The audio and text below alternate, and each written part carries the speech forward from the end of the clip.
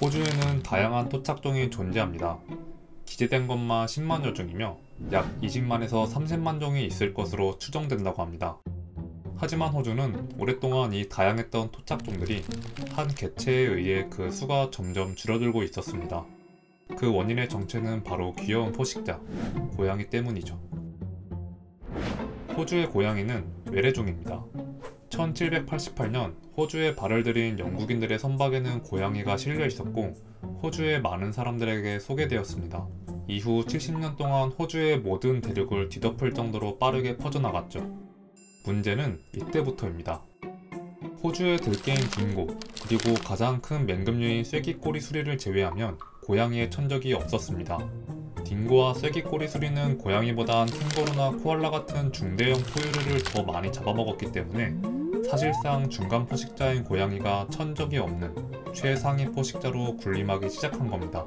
그렇게 매년 8억 마리의 포유류와 2억 5천 마리의 조류, 4억 6천 마리의 파충류, 9천만 마리의 개구리, 1억 마리의 무척추 동물이 고양이에 의해 죽게 됩니다. 설상가상으로 천적이 없었던 고양이의 수는 걷잡을 수 없이 번져갔고, 이에 다양한 토착종들은 멸종 위기에 놓여버려 호주는 생태계 유지에 적신호가 켜지게 됩니다. 그렇게 호주는 고양이와의 전쟁을 선포합니다.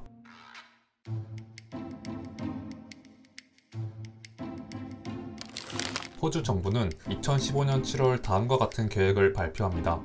우리는 멸종 위기에 처한 토착종들을 구하기 위해 호주의 야생 고양이 개체 수를 도태시킬 계획이다. 야생 고양이가 호주의 육지 포유류에게 가장 큰 위협 중 하나라는 과학적 증거는 분명하다.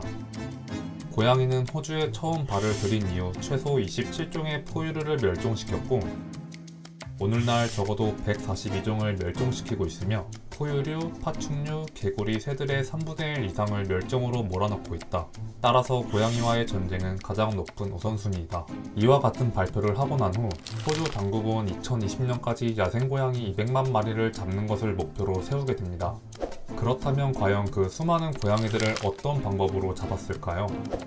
첫 번째로는 독이 든 소시지를 공중에 투하하는 방법이었습니다. 이 소시지는 근절 박멸하다인 일레디케이트에서 따와 일레디켓이라는 이름으로 지어진 소시지입니다. 고양이가 먹을 수 있도록 맛있게 만들어졌지만 1080이라는 소량의 독소도 함께 들어있었습니다. 이 독소는 호주의 토착종들에게는 자연적인 저항성을 가지고 있었기 때문에 소시지에 넣어 고양이 같은 외래종을 퇴치하는 데 아주 효과적으로 쓰였습니다. 두 번째 방법으로는 그루밍 트랩입니다.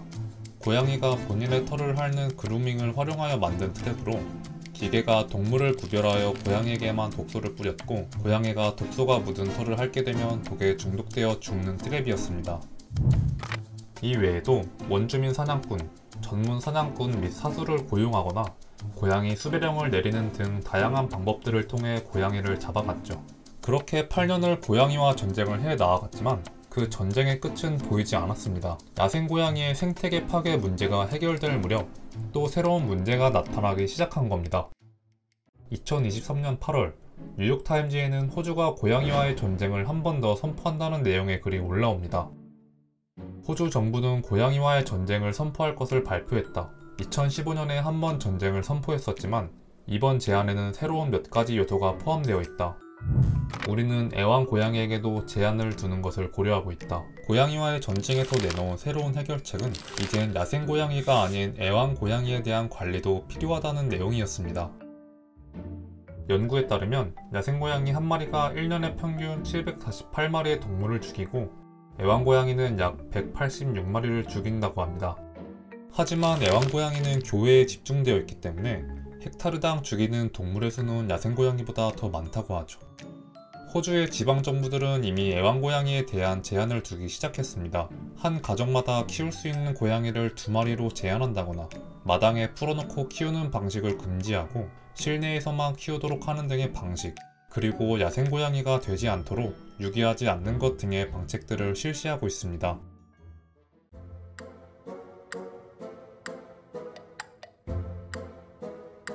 이렇게 우리는 호주와 귀여운 포식자의 전쟁 과정을 살펴보았습니다. 호주 정부는 여전히 애완고양이는 관리하고 야생고양이는 잡는 것에 초점을 두고 있지만 일각에서는 이제 무자비한 고양이 학살은 중단하고 다른 새로운 방법을 찾아봐야 하는 것이 아니냐라는 비판의 목소리도 있습니다. 고양이가 다양한 동물들을 멸종위기로 몰아넣은 것은 맞지만 100년이 넘는 시간 동안 이 상황이 지속되는 것을 볼 때 이제는 고양이를 생태학의 일부로 받아들여야 한다는 것이 바로 반대측의 의견입니다. 또한 고양이를 많이 죽여봤자 그냥 죽은 고양이들만을 초래할 뿐이다. 개체수를 감소시키지도 않으며 포식률을 감소시키지도 않는다. 윤리적으로 정당화되지 않는다. 같은 의견을 내세우기도 했죠. 이제 호주는 선택의 기로에 놓여있게 되었습니다.